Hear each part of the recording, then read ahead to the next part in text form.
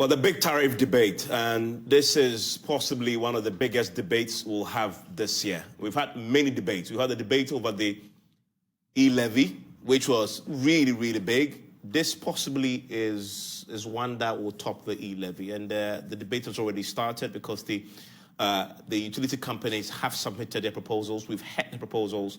It's not being considered by the PULC. By the PULC, they need to consult, and so they are doing just that. What do we know so far? We know that this is a major tariff review, and the utility companies have now submitted their proposals, and this is going to cover 2022 to 2027, and it is the last time this was done in 2019, and so this is a 3-year period that this is now having to kick in, and this is the process, and you've seen the PULC already engaging there. The process is what we have on the screens here.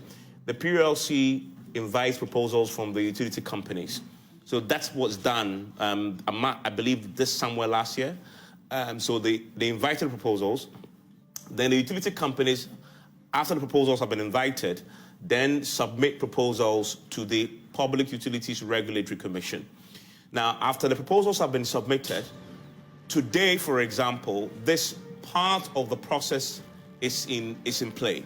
The PULC is holding consultative meetings with the stakeholders over the proposals, which is what is happening today. And so today, if you are just retiring from work and you haven't heard what happened today, what happened today is that the proposals you had since Monday are now come before the PULC, and the PULC is holding a consultative meetings now for the utility company to justify the numbers they've put in there. And so today we had all the players in the industry, the utility sector, justifying what they've put forward. We'll go to what they've been saying to the PULC and the public CSOs very shortly.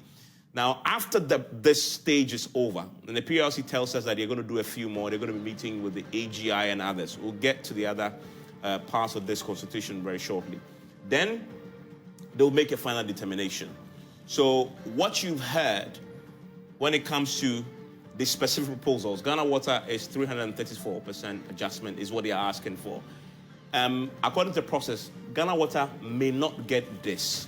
In fact, it is a review, and let's stress this. It's a review, doesn't mean an increase, right? This is very important. And sometimes we fall into the trap of thinking it means necessarily there's going to be an increase. It means it can go down, it can go up, it can stay the same, right? So it's very possible that even 334 that the Ghana Water is asking, they may get more than that.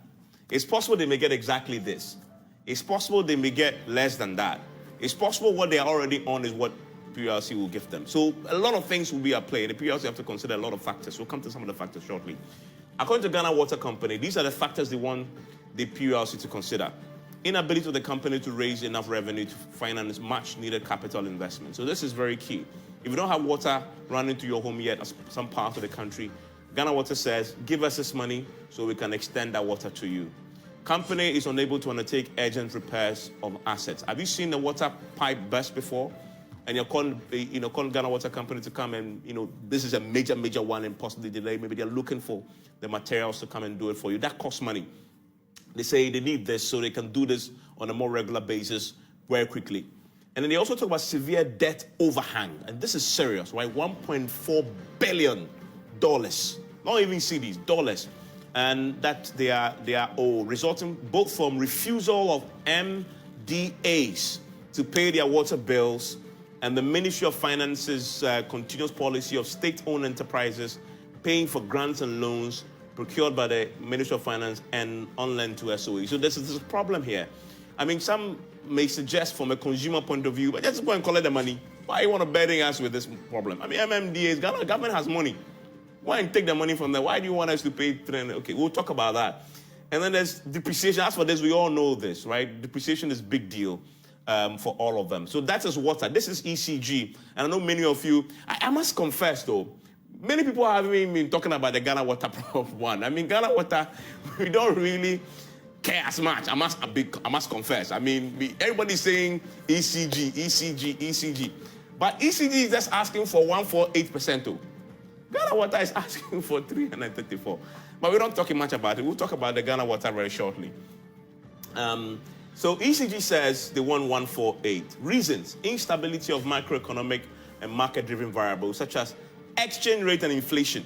And if you read the ECG document, they quote inflation at just over 19%. This is the old inflation.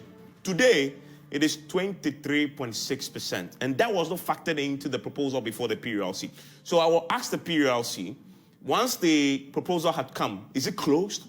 Can ECG call them tomorrow and say, please, we want to withdraw the proposal and make it 23.6%?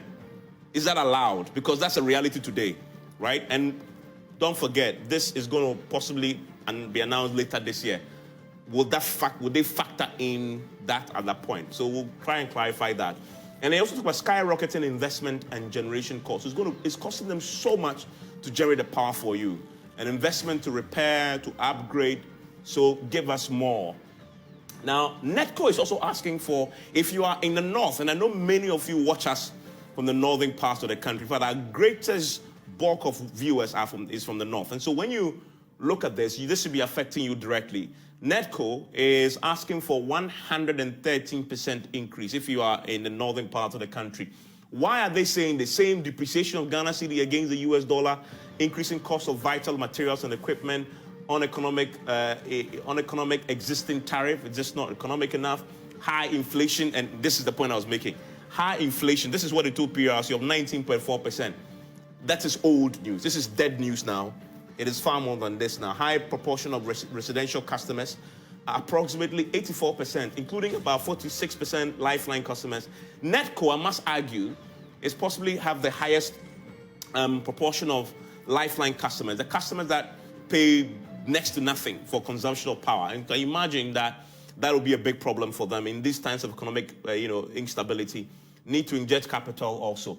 You have VRA also asking for 37%. Why VRA? Because ECG can't work if VRA doesn't generate the power and give them. And so VRA also wants some increase in what they're asking for. To some extent, even Ghana Water runs on, power. So I didn't see the power cost in their argument. Thankfully, the communications manager is joining us. So I wonder how much of the power are they factoring into this. GridCo. Also, remember that they transmit the power. So they are also asking for 48%. To reduce transmission losses, etc. But this is the part I like, because the reactions coming in, if you listen to the public, and the PRLC is doing this, everybody's telling the PRLC, timing is so bad, we can't even joke about this.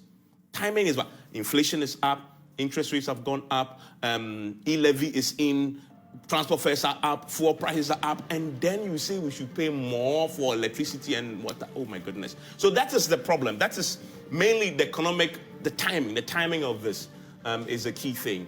Minority describe the proposals as completely unacceptable and ridiculous. That's where the politics comes in. We're not doing politics tonight, and so that's why we don't have any politician on the show, because this is about everybody else, human beings. If you throw politics inside, as you know in Ghana, it becomes something else. But let's have the honest conversation about the issues.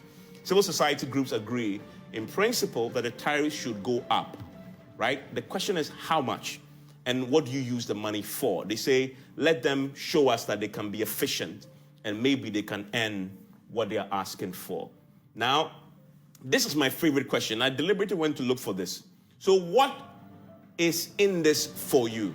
What is in this for you? What's in it for you? It's a big question. So assuming that we give them all they ask, what is Ghana Water Company promising to do for us? One, they said they'll clear its debt and make water accessible to all by 2030 if the tariffs are approved. Okay, let's hold them to this. 2030 is this around the corner, 8 years away. But they say if you give them this, every Ghanaian home will have water. That's a bold, bold claim indeed. No, his finger is being waved at me. Well, don't worry, you can clarify that when we sit down very shortly. But what's in this for us? ECG gives us even the longest list of things. And this is what they are enticing us with, right? Look at them. Reduce debt to sales ratio by 20%. Connect customers within 5 days after payment. They say if you approve the payment, if you agree to pay the 148% increase, if you have a meter problem, they will connect you within 5 days after you paid. right? So pay attention to what ECG is promising you. Revenue will increase. They say they'll work to increase revenue by 98%. That is very good.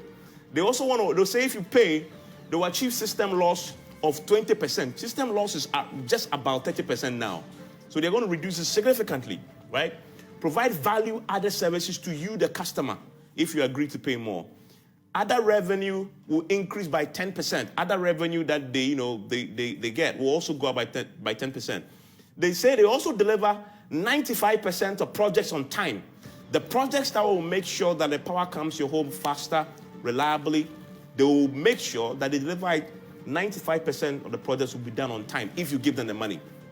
And finally, achieve at least 70% of customer satisfaction. This is my favorite part. How do you even measure this?